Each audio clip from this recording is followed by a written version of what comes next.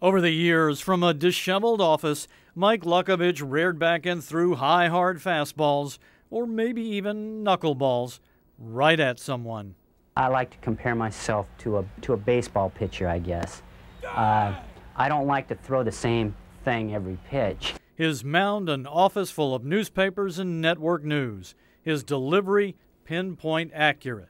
His opponent, whoever was in power. I don't like for to pick on Mr. Gingrich. Someone could say this is racist, but it's the truth.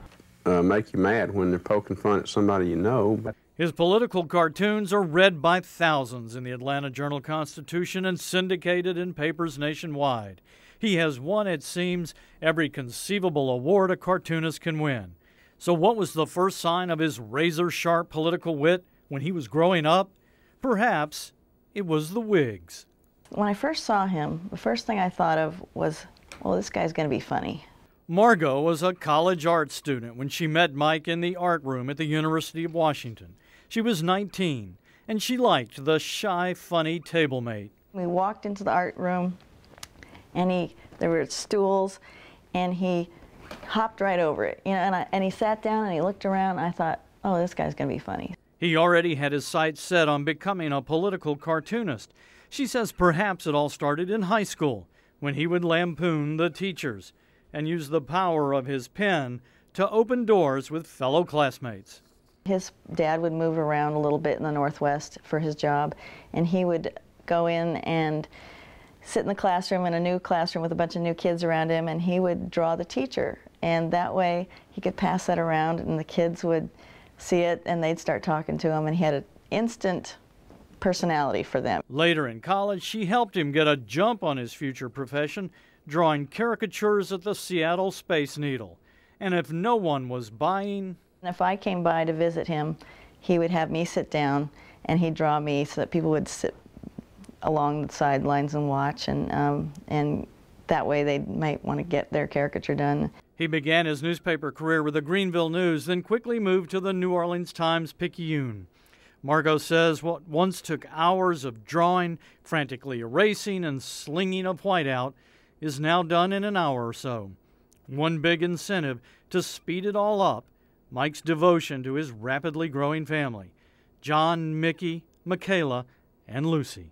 He got faster and faster, and as our kids came along, I sort of nagged him into getting faster and faster too. So. He not only worked faster, but he worked out. His prowess for one-arm push-ups rivals the stars. He even beat a Marine in a one-handed push-up contest while visiting the Pentagon and lived to draw about it. Tough enough to take on anyone. Nothing is sacred from him. He is fearless in that regard, and I wish there were a lot more journalists and certainly a lot more editorial cartoonists who were like that. Former AJC editorial writer Lyle Harris says Luckovich's career exploded in Atlanta, winning the highest honor for a print journalist, the Pulitzer Prize, not once, but twice. This unbelievable ability to be consistently funny and sharp and ironic and satirical, and I just never understood, because we all have our good and bad days, how somebody could perform at that high level each and every time he came out to shoot. Mike has championed open government and transparency. Cynthia Tucker supervised Mike Luckovich at the Atlanta Journal-Constitution.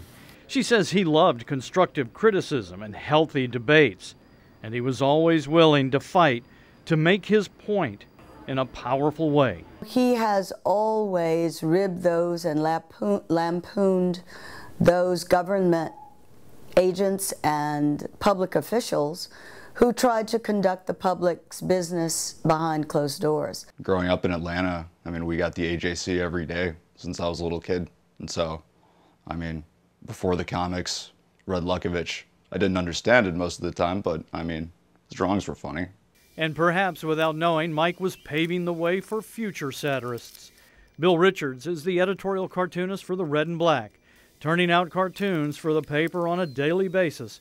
Bill believes Luckovich has set a high bar for future generations. You want to be able to, start a conversation, provoke the audience a little bit. And I think that his ability to do that for so long really influenced me when I started doing it every day.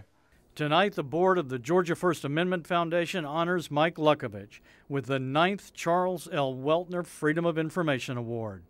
Mike Luckovich, a lover of wigs, one-arm push-ups, his wife and family, and making sure everyone, every day, clearly examines the emperor's new clothes. I appreciate your friendship. I appreciate you being such a wonderful colleague over the years. I don't know if you could ever beat me in a push-up competition, but you certainly deserve this award. Congratulations, brother. Take care. Congratulations, dear. You deserve it. Call me.